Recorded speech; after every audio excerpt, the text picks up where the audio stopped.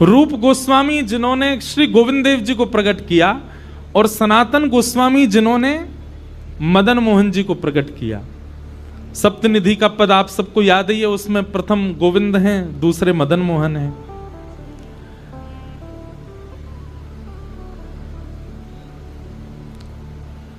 तो रूप सनातन गोस्वामी जो थे, ये बांग्लादेश के गौड़ देश के परम विद्वान, परम बीतराग दो वैष्णव हैं। बहुत ध्यान से सुनो।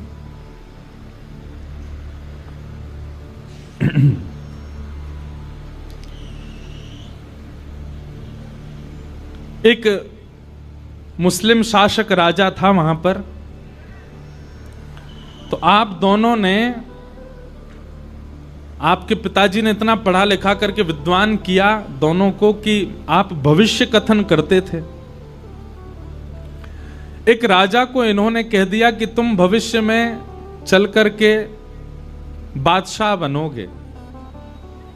तो उस व्यक्ति ने इनसे कहा कि अगर मैं बादशाह बन गया तो अपना प्रधानमंत्री आपको बनाऊंगा।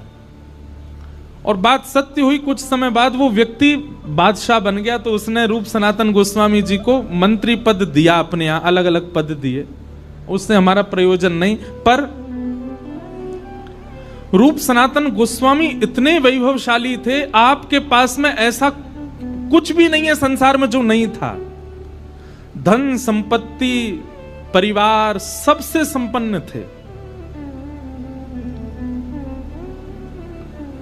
बस एक दिन की बात, दो कारणों से आप वृंदावन चले गए। और वो दो कारण कौन से हैं?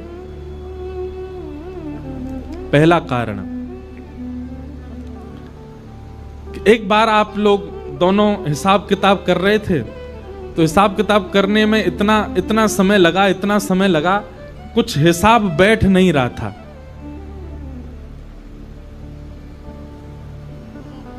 दोनों थक गए। तो एक सेवक को बुला करके आपने कहा कि सुनो, हमारे लिए शरबत बना के लाओ। तो सेवक गया शरबत बनाने के लिए। तो शरबत में चीनी की जगह, बूरा की जगह मैदा डाल लाया और मैदा मिला करके इन दोनों को पिवाई दिया। अब ये हिसाब में इतने व्यस्त थे कि मैदा युक्त शरबत पी गए। इनको पता ही नहीं चला कि इसमें शक्कर नहीं है, बूरा नहीं है। सुबह का समय हुआ। सेवक ने जब सब जगह जांच पड़ताल, मतलब रसोई में जाकर के देखा, तब उसको पता चला, अरे कल रात में शरबत मैंने बनाया, मैंने जल्दी जल्दी में बूरा की जगह मैदा मिला करके पिला दिया। उसको बड़ी गिलानी हुई। तो उसने जाकर के रूप सनातन गोस्वामी, अच्छा रूप सनातन गोस्वामी जी का नाम रूप गोस्वामी सनातन गोस्वामी नहीं था। आप दोनों का पूर्व नाम, सनातन जी का नाम पहले अमर था। क्या नाम था? अमर। और रूप गोस्वामी जी का नाम पहले संतोष था। अमर और संतोष इन दोनों के नाम थे। तो सेवक ने जाकर के बहुत रोने लगा, कान पकड़, मुझे क्षमा कर दे, मुझसे अपराध हो गया। तो दोनों ने कहा, क्या बात है, तुमने क्या किया ऐसा? बोले, महाराज कल रात्रि आपने शरबत मांगा था। बोले, हाँ। जल्दी जल्दी में मैं उसमें शक्कर की जगह, बूरा की जगह मैदा मिला लाया था। मैदा युक्त शरबत आपको पिला दिया, मुझे क्षमा कर दो। उन दोनों के चित्त में यह चिंता नहीं हुई कि हम मैदा पी गए पानी के संग, बल्कि उनके चित्त में यह चिंता हुई कि हम इस संसार के विषय में इतने ज्यादा व्यस्त हो गए हैं कि रात्रि में हमको इतना भान भी नहीं हुआ कि जल में शक्कर नहीं है, मैदा पी गए। और बोले, अभी तो ये प्रारंभ है, अभी तो हम मंत्री पद पर बैठे ही हैं, तब हमारे साथ ऐसा हो रहा है। आगे आगे चलते जाएंगे तो विषय भोग बढ़ता ही चला जाएगा। सदैव याद रखना बंधुओं, व्यक्ति वैष्णव दो ही हो सकते हैं। पहला वो जिसके पूर्व के प्रारब्ध संचित हों, या फिर दूसरा वो जिसके जीवन में ठोकर लगी हो। कुछ ऐसी घटना घट गई कि महाराज वृंदावन की तरफ मुड़ गए। फिर दो ही प्रकार के लोग वृंदावन जाते हैं। रूप सनातन गोस्वामी का पूर्व का संचित कर्म अच्छा था, इसलिए उनके चित्त में आया, बोले ये विषय भोग, इसमें हम इतने तल्लीन हो गए। अब ठीक है, कुछ भी हिसाब कर रहे थे, है तो विषय का ही, इतना भी भान नहीं रहा कि हम मैदा पी रहे हैं। अब ये उनके मन में चिंतन चल ही रहा था कि उसी समय उनको खबर मिली कि श्री लीलाचल धाम जगन्नाथपुरी से श्रीमन चैतन्य महाप्रभु वृंदावन यात्रा को जा रहे हैं और असंख्य वैष्णव उनके साथ जा रहे हैं। आप दोनों के मन में भाव आया कि एक बार उनका दर्शन करना चाहिए। तो श्री चैतन्य महाप्रभु, इतनी भीड़ थी उनके साथ में कि उनको लगा इतनी भीड़ के साथ वृंदावन जाना ठीक नहीं, तो एक आधे रास्ता से वो वापस, उन्होंने ऐसा भाव रखा कि हम वापस नीलाचल जा रहे हैं। तो लोग बाग सोचे अब जा ही नहीं रहे वृंदावन, तो हम भी आगे क्या करेंगे, तो कई लोग अपने अपने घर को चले गए। तभी चैतन्य महाप्रभु ने देखा कि भीड़ कम हो गई, तो एक गांव में रुक गए। वो गांव रूप सनातन गोस्वामी का ही था। अमर और संतोष इनका नाम था पूर्व। आप दोनों गए, चैतन्य महाप्रभु के श्री चरणों में जाकर के आपने प्रणाम किया और प्रणाम करके कहा कि महाराज अब ये संसार का विषय हमको भाता नहीं है, संसार के विषय भोग से हमारा मन उठता जा रहा है, हम क्या करें। तब चैतन्य महाप्रभु ने आपको ज्ञान उपदेश किया और ज्ञान उपदेश करते हुए चैतन्य महाप्रभु बोले कि मैं तुम्हारे लिए ही आया हूं, मैं तो वृंदावन जा रहा था, पर तुम दोनों पर अनुग्रह करने के लिए ही मैं वापस लौटा और इस गांव में रुका हूं। तुम दोनों सदा से मेरे हो, तुम्हारी स्थिति ये नहीं है, तुम्हारी गति ये नहीं जो तुम कर रहे हो, तुम्हारी गति तो वृंदावन है, तुम्हारी स्थिति तो वृंदावन है। जितना शीघ्र हो सके वृंदावन चले जाओ। तो हम सनातन गोस्वामी के विषय में पहले चर्चा कर रहे हैं, मदन मोहन लाल जी के। तो रूप गोस्वामी जो थे वे तो एक ही प्रवचन में ऐसे हो गए कि उन्होंने राजा के आना जाना ही बंद कर दिया और अपने एक भाई को संग लेकर के वो वृंदावन चले गए। लेकिन रूप गोस्वामी के वृंदावन जाने से राजा को इतना क्रोध आया, उसने सनातन गोस्वामी को अपने यहां कैदी बना लिया। ठाकुर जी ऐसे प्रकट नहीं हो जाते, ऐसे नहीं मिल जाते। बहुत पापड़ बेले हमारे आचार्यों ने, बहुत कष्ट सहा आचार्यों ने, तब जाकर के सप्तनिधि प्राप्त हुए हमें।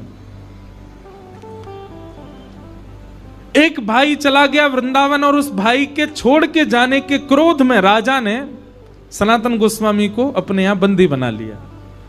रूप गोस्वामी को जब ये बात पता चली तो पीड़ा तो उनको बहुत हुई, लेकिन बोले अब मैं क्या करूं। पत्र लिख करके भेजा, बोले भैया किसी भी प्रकार से जो आप कर सको आप वहां से निकल करके वृंदावन आ जाना। और एक समय आया, फिर वो लंबी कथा है कि सनातन गोस्वामी जैसे तैसे निवृत्त होकर के वृंदावन आ गए। आप श्री को जब वृंदावन आए तब पता चला कि रूप के तो गोविंद देव प्रकट हो गए, रूप गोस्वामी के भक्ति भाव से श्री गोविंद देव जी प्रकट हो गए। सनातन गोस्वामी जी को बहुत विरह हुआ कि नाथ आप रूप से ज्यादा प्रेम करते हो, उसको आपने एक ही प्रवचन में वृंदावन बुला लिया, उसको बंदी भी नहीं बनना पड़ा और वृंदावन आकर के इतने वर्षों तक यहां भजन पूजन करके आपने प्रकट होकर के अपनी सेवा भी दे दी। मुझ में क्या कमी, मेरा मन भी तो शुद्ध है, मेरे मन में भी तो भाव है, आप मेरे लिए कब प्रकट होगे। यह विरह भावना प्रकट हुई। इसी भावना से आपने चैतन्य महाप्रभु के श्री चरणों में प्रणाम करते हुए निवेदन किया, आचार्य प्रवर कुछ ज्ञान प्रदान करें। तब 10 दिन तक महाप्रभु जी का प्रवचन संग किया उन्होंने। और महाप्रभु जी बोले कुछ नहीं, बस तुम चिंतन किया करो, नित्य नेत्र बंद करके ठाकुर जी से ही पूछा करो कि वो तुम पर अनुग्रह कब करेंगे। अपने आप ठाकुर जी तुमको कृपा करके सेवा प्रदान करेंगे। सनातन गोस्वामी, अच्छा रूप सनातन ये नाम चैतन्य महाप्रभु ने ही रखे थे दोनों के। सनातन गोस्वामी ध्यान करने बैठते और अपने ध्यान में बैठे बैठे ठाकुर जी से रोते कि नाथ मुझ पर अनुग्रह कब करोगे, मुझ पर कृपा कब करोगे। और स्थिति यह आ गई कि सनातन गोस्वामी के मन में ये भाव आने लगा, शायद मैं अभी भी विषय में पड़ा हूं। रूप गोस्वामी निकल चुके, इसलिए उनको मिल गए। मेरे शायद अभी भी विषय भोग बचे, इसीलिए ठाकुर जी नहीं आ रहे हैं। तो धीरे धीरे सब वस्तुओं का त्याग करने लगे, वस्त्र कम पहनने लगे, इच्छाओं की कटौती करने लगे। पहले भोजन भी बहुत करते थे, तो 7 दिन का भोजन 3 दिन करने लगे, 3 दिन का भोजन 1 दिन करने लगे, 1 दिन में भी 1 बार करने लगे, और वह भी भिक्षा मांग करके करने लगे। एक समय तो ऐसा आया भिक्षा भी नहीं मांगते, कोई दे जाएगा तो पाए। मैं इतना त्याग करूंगा, ठाकुर जी को आना पड़ेगा मेरे पास।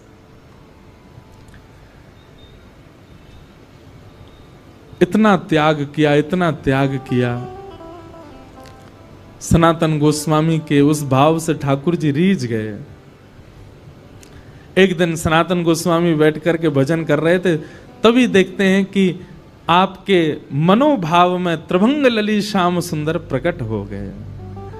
और जैसे प्रकट हुए, आपने दौड़ करके चरण पकड़े। अभी मन में ही चिंतन कर रहे हैं, दौड़ करके चरण पकड़ लिए और पकड़ करके कहा, नाथ मुझे कब मिलोगे आप, मुझे कब दर्शन दोगे आप। तब ठाकुर जी बोले, आपके भाव से मैं बहुत प्रसन्न हूं, मैं बस प्रतीक्षा कर रहा था आपके भाव सुंदर होने के। आप मथुरा जाओ, और मथुरा में परशुराम चतुर्वेदी नाम के एक ब्राह्मण हैं, उनके घर में मैं विराज रहा हूं, वहीं से मुझको लेकर के आओ। सनातन गोस्वामी जी तुरंत मथुरा पहुंच गए, और मथुरा में जाकर के अब ऐसे कैसे मांग लाएं ठाकुर जी को। तो योजना बनाई, क्या करें। बोले भिक्षा के बहाने जाते हैं। पहले पूछा सनातन, ये परशुराम कहाँ रहते हैं। जब उनका घर मिल गया तो रोज भिक्षा मांगने जाते, और भिक्षा मांग करके उनके यहाँ जैसे भिक्षा मांगने जाते, कपाट खुलते, गेट खोल करके जैसे भिक्षा देने आते, सोई मदन मोहन जी सामने बैठे रहते और उन्हीं को ही निहारते रहते। कितने सुंदर, कितने प्यारे।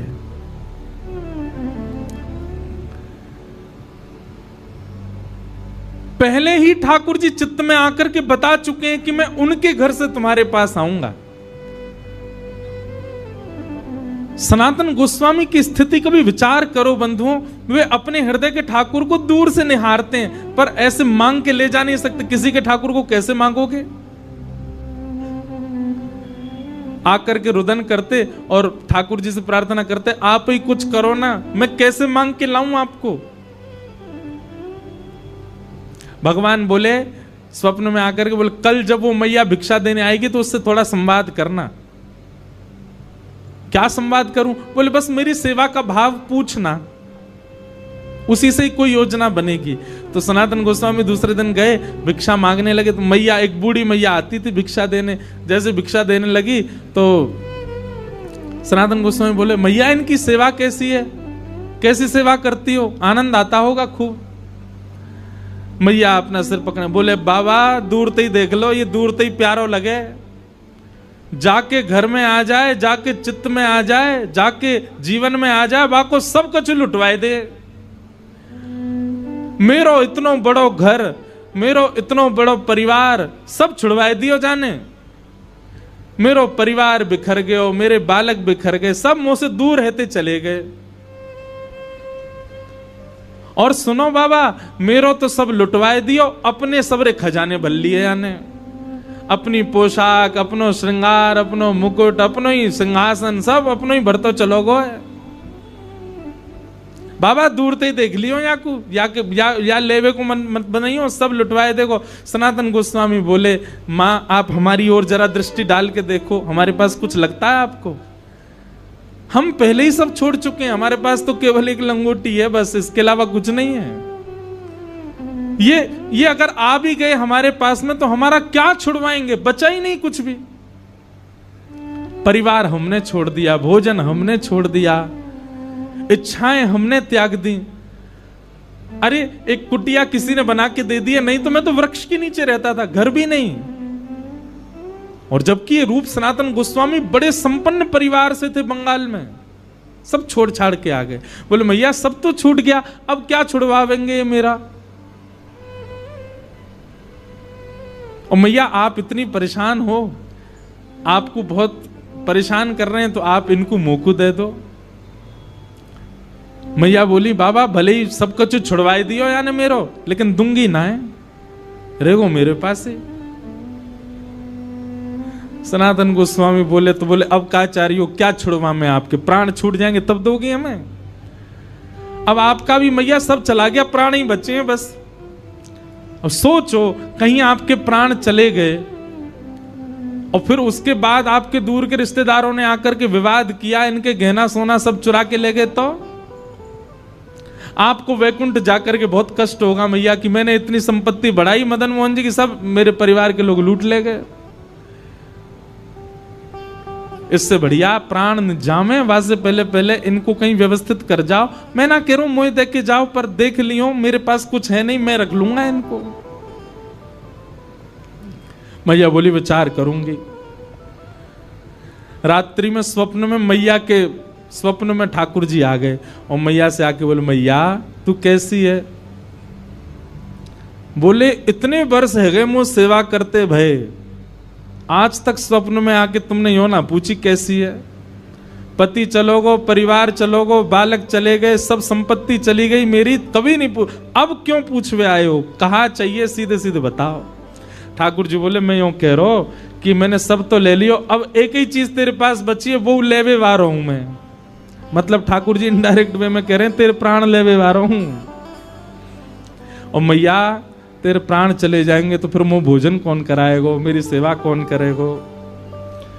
मैया बोली आजकल वो कल परसों एक बाबा आयो, वो आपको मांग रहो, वो ऐसी बात कर रहे हो, आप भी स्वप्न में आके ऐसे कहा, बात कहा है मुझे बताओ। बोले मैया तेरे जीवन के केवल 7 दिन बचे हैं, वहां से पहले पहले तू वह बाबा को मुंह दे दे।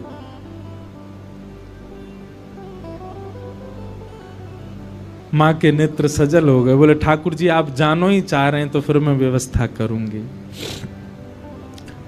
दूसरे दिन जैसे ही सनातन गोस्वामी गए, द्वार पर आकर के कहा भिक्षाम देही। मैया अपने ठाकुर जी को उठा करके लाई और ला करके बोली ले बाबा ले जाओ ठाकुर जी को, करो इनकी सेवा।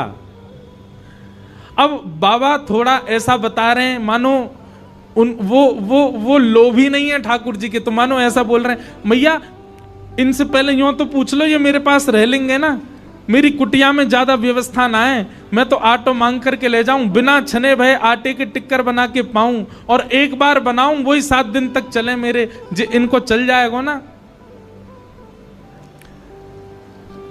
मैया वापस अपने ठाकुर जी को ले गई, भीतर पधरा दी। बोले आज रात में पूछूंगी। स्वप्न में फिर ठाकुर जी आए और स्वप्न में ठाकुर जी तो बोली जय जय, वो बाबा तो एक दिना बनावे वही एक टिक्कर थी 7 दिना निकाल दे, और आपको तो एक दिना में 8 बार भोजन चाहिए, कैसे जाओगे बाकी यहाँ?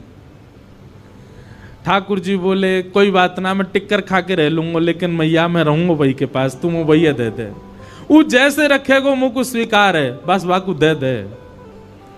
दूसरे दिन सनातन गोस्वामी आए तो मैया ने ठाकुर जी दे दिए। बोले ठाकुर जी कह रहे हैं जैसे रखेगो रह लूंगो। आहा सनातन गोस्वामी इतने आनंद में भर गए। बोले यही तो सुनना चाह रहा हूं कि ठाकुर जी मैं जैसे चाहूं वैसे रहने को तैयार है। हृदय से लगा करके श्री मदन मोहन लाल जी को अपनी परन कुटी में लेकर के श्री सनातन गोस्वामी आए, चौकी पे विराजमान कर दिए। ठाकुर जी विराज रहे हैं, वही आटा जो भिक्षा में आता है बिना छना हुआ, बिना नमक डाले, उसी के टिक्कर बना करके मदन मोहन जी को पधरा दिए। मदन मोहन जी की 1 सप्ताह तक ऐसी सेवा चलती रही। टिक्कर रोज बनाते थे और उन टिक्करों का क्या करते थे तो कहीं वर्णन है कि ठाकुर जी की जो प्रसादी होती थी उसमें से थोड़ा सा पाते थे और बाकी का जो था उसको ब्रजरज में गाड़ के रखते थे, और कभी समय मिलता फिर उसमें से ही निकाल करके पाते रहते या किसी को प्रसाद के रूप में बांटते रहते। 5-6 दिन तक ठाकुर जी ने सेवा कराई और कुछ दिनों बाद ठाकुर जी स्वप्न में आकर के बोले बाबा बहुत मन लग रहा हो मेरा तुम्हारी कुटिया में, तुम ऐसे भजन करते रहो, पूरे दिन टिक्कर बना के मुंह को पवाओ, बाबा बहुत सुख मिल लो, लेकिन एक बात है, बोले कहा, नेक नमक बुरक दे करो आटे में, नेक सो स्वाद आ जाएगा वहां में। अरे मैं नंद जी को लाला, मैं यशोदा मैया को लाला, लाड़ चाव को जोड़ा, इतने लाड़ प्यार ते मुंह को पाल के बड़ो कियो, 56 भोग बनाती यशोदा मैया। बाबा मुंह में नेक भोजन की रुचि है, पर मैं ज्यादा ना कह रहा हूं आपते, मैं यूं ना कह रहा हूं कि बहु व्यंजन बनाओ, पर या आटे में नेक नमक तो डाल दे करो। सनातन गोस्वामी जय जय, आपको बहुत श्रम है क्या, मैं अभी जाऊं, कल से भिक्षा में नमक भी लेके आऊंगा। और दूसरे दिन आटो भी लाए, नमक भी लाए, आटे में नमक डाल करके टिक्कर बना के पवा दिए। 6-7 दिन ठाकुर जी ने प्रेम से पाए, 7 दिन बाद ठाकुर जी फिर आ गए। सनातन गोस्वामी बोले कहो जय जय, अब ठीक है, नमक को स्वाद आ रहा है। ठाकुर जी खांस खांस के बोलन लगे, तो सनातन, अरे जय जय खांस काई करो, बोले रूखी रोटी है ना, इरज गई है मेरे गले में, सबरी जमाए गई है यहीं पे। ओहो जय जय, आप तो बड़ी पीड़ा में हो, तो क्या करूं, बोले नेक घी लियाए करो, रोटी में नेक टिक्कर में नेक घी बोर के मुंह को फिर पवाए करो। सनातन गोस्वामी बोले ठीक है, मैं घी की व्यवस्था करूंगा। कहां पहले सब छुड़वा दिया सनातन गोस्वामी, वस्त्र तक उनके छुड़वा दिए, परिवार छुड़वा दिया, बहु व्यंजन छुड़वा दिए, और अब धीरे धीरे सब ला रहे हैं उनके घर में। पहले आटो आ गयो, फिर नमक आ गयो, फिर घी को डिब्बा आ गयो। 7-8 दिन तक ठाकुर जी ने प्रेम से पायो, फिर ठाकुर जी प्रकट है गए मन में, जय जय, अब तो नमक भी डाल रहा हूं, घी भी चुपड़ रहा हूं, अब कहा चाहिए। ठाकुर जी बोले मैं कछु ज्यादा ना मांग रहा हूं, मैं तो यूं कह रहा हूं, आप कंडा जराए करके वही पर टिक्कर सेकें, और मुंह को लगे कंडा बेचारे बहुत देर तक ऐसे ही रह जाएं, उनमें कछु और भी बन सके। आप एक आलू लियाए करो, और जैसे ही कंडान की अग्नि समाप्त हो तो भुनवे डाल दे करो, जैसे ही कंडान में आलू भूल जाएंगे, उनको बढ़िया छिलका उतार के नमक रह भैया, नमक डाल के और बाकी चटनी बना के मुंह पवाए दे करो। सनातन गोस्वामी जी ने ठाकुर जी उठाए गोद में, बोले चटोरे लाल, मेरे पूरे घर में पहले तो सब छुड़वाए दियो, मेरे व्यंजन छुड़वा दिए, मेरो भोजन छुड़वा दियो, मेरो घर छुड़वा दियो, परिवार छुड़वा दियो, वस्त्र छुड़वा दिए, और अब धीरे धीरे सब, अरे ये एक दिन आवे को मेरे घर में 56 भोग बनने लगेंगे, मैं भजन कब करूंगा फिर, रुको तुम्हें वही मैया के पास ही छोड़ के आऊं। जैसे ही मदन मोहन जी को उठा के ले जाने लगे, प्रत्यक्ष मदन मोहन जी प्रकट हो गए, प्रकट होके हृदय से लगा लिया, और हृदय से लगा करके बोले बाबा तू जैसे रहेगो रहूंगो तेरे सिर पे ही, तो छोड़ के ना जाऊंगो। हाँ मैं 56 भोग पाऊंगो एक दिन तेरे हाथन से, लेकिन पाऊंगो तेरे हाथन से, नहीं जाऊंगो छोड़ करके। बंधुओं, ठाकुर जी विरह देते हैं ना, इसका मतलब ये नहीं है कि वो निष्ठुर हैं। ठाकुर जी संबंध छुड़वाते हैं, मित्र छुड़वा देते हैं, संसार के विषय भोग छुड़वा देते हैं, इसका मतलब ये नहीं कि वो निष्ठुर हैं, वो चाहते नहीं आपको कि आप किसी के संग रहो, ऐसा नहीं है, केवल परीक्षा ले रहे हैं। लेकिन आपने ठाकुर जी के द्वारा दी गई हर स्थिति को स्वीकार कर लिया, तो ठाकुर जी उससे इतने प्रसन्न हो जाएंगे कि जैसे सनातन के हृदय से लग गए, वैसे हमारे हृदय से लग करके ठाकुर जी कहेंगे जैसे रखेगो रहूंगो तेरे संगे।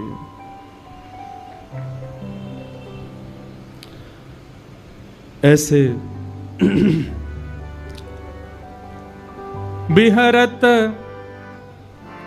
बिहरत निस दिन कुंज गलन में, ब्रज जन मन सुख धाम, मदन मोहन को रूप निरख के, मदन मोहन को रूप निरख, सनातन बलि बलि जाए, वृंदावन प्यारो वृंदावन, वृंदावन प्यारो वृंदावन।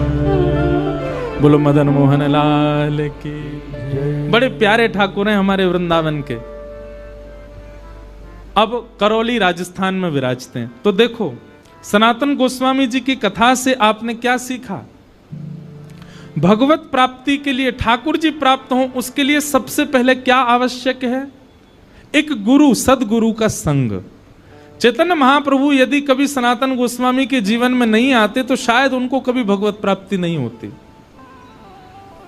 लेकिन गुरु कैसा होना चाहिए? गुरु वही जो हरि सो मिलावे, गुरु वही जो वृंदावन में बसावे, गुरु वही जो हरि की राह दिखावे, जो भगवत भावों को आपके चित्त में स्पष्ट करे, वो गुरु होना चाहिए। ऐसे गुरु सनातन गोस्वामी को प्राप्त हुए। तो सबसे पहले गुरु आश्रित। और गुरु आश्रय भी कैसा? चैतन्य महाप्रभु ने कहा कि वृंदावन चले जाओ, तो अपनी राजकीय संपदा को छोड़ करके चले गए वृंदावन। रूप सनातन गोस्वामी जी का जब मैं चरित्र पढ़ रहा था तो उनके परिवार के बारे में भक्तमाल जी में ऐसा वर्णन किया है, उस काल में, उस समय में वहां सुख था उनके पास जो बड़े बड़े राजाओं के पास नहीं था। सब छोड़ करके आ गए वृंदावन। और यह बात स्पष्ट है, जाके चित्त में यह भावना हो कि हमें श्री राधा रमण प्रत्यक्ष मिलें, तो हरिराम व्यास जी की इस पंक्ति को याद रखिएगा, कनक कूट कोटिक लग तजिए भजिए कुंवर कन्हैया, वृंदावन सा चौधन भैया। जब तक आपके जीवन में वृहद त्याग नहीं होगा तब तक ठाकुर जी नहीं मिल सकते। ये बात लिख लीजिएगा। हम लोग नेक नेक से त्यागन पे ठाकुर जी को मांग रहे हैं। ठाकुर जी आपके लिए मैंने जो है प्याज लहसुन छोड़ दी, ठाकुर जी आपके लिए मैंने व्यसन करना छोड़ दिया, आपके लिए मैंने ये सब करना। आप केवल जिह्वा की वस्तुओं के त्याग कर पा रहे हैं। भगवत प्राप्ति के लिए त्याग पूछना भी नहीं है, बस त्याग दो। बोले जा से मुझे ठाकुर जी मिले, मुझे वो करना है। मीराबाई का जो पद आप सब गाते हैं, मैं बैरागन होंगी, उस पद में जो अंतरा है उसमें क्या कहती है मीराबाई?